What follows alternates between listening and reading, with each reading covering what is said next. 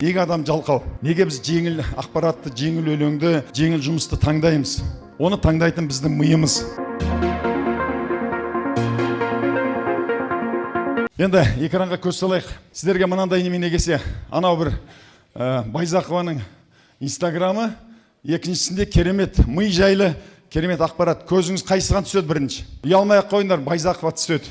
Өйткені біздің миымыз солай қалыптасқан мейірімізде. Қандай салмақ санаға миға қайсыз жеңіл беріледі, ми соны таңдайды. Неге екенін айтып кетейін. Неге адам жалқау? Неге біз жеңіл ақпаратты, жеңіл өлеңді, жеңіл жұмысты таңдаймыз? Оны таңдайтын біздің миымыз. Ал біздің миымызға 2 миллион 600 мың жыл болған. 2 миллион көз алдыңызға елестетіңіз. Осыдан 1000 жылдан бұрын миллиондаған жыл тамақ тапшылық болды. Келісесіздер ме? Сол кезде мына ми ойланса, энергияны жеп қояды. Қатты ойланған адам азып кетеді, солай ғой? Қатты қайғырған, ойланған адам азып кетеді. Өйткені мидың салмағы 1 килограмм 300 грамм болғанмен, ми бүкіл тамақтың, жеген тамақтың 30%-ын жеп қояды. Сондықтан ми ойланбайтын нәрсені таңдайды. Өйткені тамақ жоқ деп ойлайды. Соң кейін сені қимылдай бастасаң, тағы да айтады, тамақтың бәрін құртып жібересің, жата тұр дейді. Бұл біздің миымыз. Соны миды білген, миды түсінген адам өзін басқара алады. Сондықтан оны кінәлап керегі жоқ, миды тек қана алдау керек. Ми неғұрлым жеңіл болса, соны таңдайды. Мына балаға 18 жаста. Бұған бір-ақ нәрсе жетпейді. Біз қандай тамақ ішсек, біздің тәніміз содан тұрады. Келісесіздер ғой? Мы то, что едим дейді. Біз не тамақ жесек, біз солмыз. Тамақ. Мына балаға йод қана жетіспеген. Йодный недостаточно. Туған кезде йод дұрыс жетіспеген. Айтады, оңға кретинизм, ақыл есі төмен, тәні төмен, бойы төмен, мынандай болып қалған. Bir ғана элемент жетіспеген кеселінен.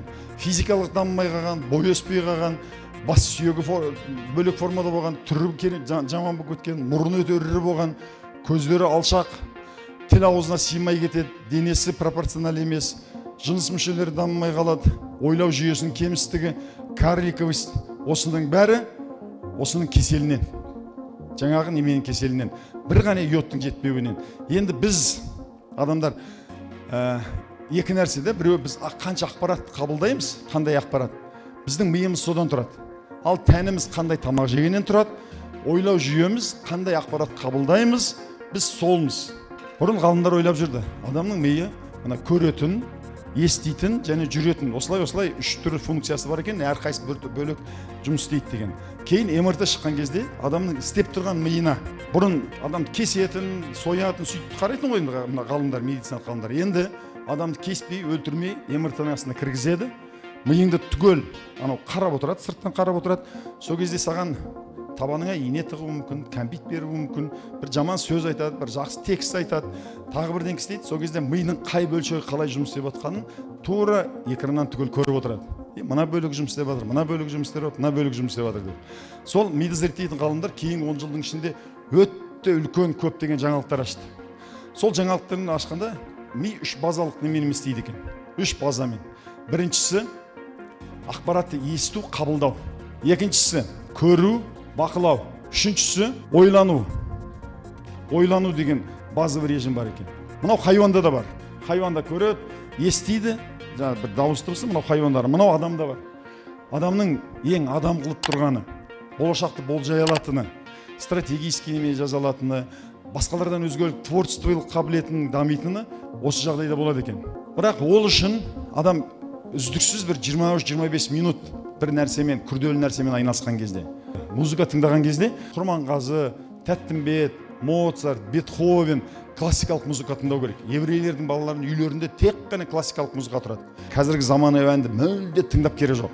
Қазір мына шегірткелердің шырылдауын тыңдап керек жоқ. Біздің мысалы Біржандардың әндері, Абайдың әндері, солардың өлеңдері. Сол кезде адамның мына ойлау қабілеті дамиды. Ақылы дамиды былайша айтқанда. Мынау ақылы. Ол үшін адам бір кемінде 23 минут отыру керек екен. 23 минут бір өте күрделірек бір ақпаратты қарап. Болмағанда адамның мына өспей қалады, адам топастана бастайды. Адам қалпында, естиді, көреді, бірден істейді, бірақ миы мынандай болып қалады. Бағана карлик сияқты. Миымыз бағана карлик бар, сол сияқты болып қалады. 2050 жылы бүкіл адамзат егер осылай кете беретін болса, осылай төмендей беретін болса, ересек 30-40 жастағы адамның ақыл ойы 9 жастағы адамның ақыл ойындай болып қалады. Өйткені миымызды дамытпаймыз. Кеселі бір айтайын. Ең үлкен кесел біз назарымызды үнемі жалтақтай береміз. Әсіресе кесел телефон. Күніне ары кеткенде бір 15 рет, әйтпесе 10 рет, 10-15 рет қарай телефонға қарау керек. Қазақтар, Қазақстанда, бүкіл Қазақстан халқы 150 рет қарайды екен.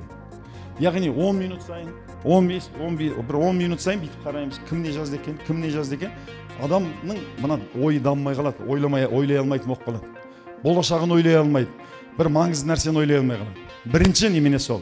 Яғни өте классикалық музыка тыңдау, үйде прям қойындар, магнитофон бар, басқа бір қазір немелер бар ғой, андай немелер сонда. Қазақтың күйлерін, Бетховен, Моцарт, әсіресе Вивальди, классикалық музыка, телефонды сирек қолдану, таза ауада жүру, бірақ ең маңыздысы миға салмақ түсіру керек. Бұлшық етім өссін десең, 1 килограммдық гантельмен бұлшық етің өспейді.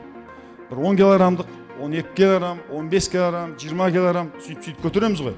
Миға салмақ түсірмесек, онда ешқашан біз ақылды болмаймыз. Ал айтады, білекті бірді табады, таксист боласың ба, тігінші боласың ба, массажист боласың ба, сварщик боласың ба, бірақ адамның ақшасын табасың.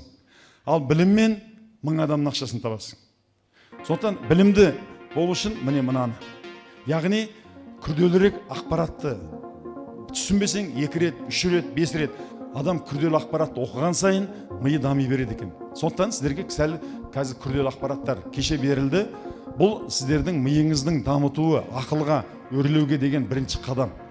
Енді жеңіл желпі ақпараттан қашу керек, миды дамыту керек. Кеттік.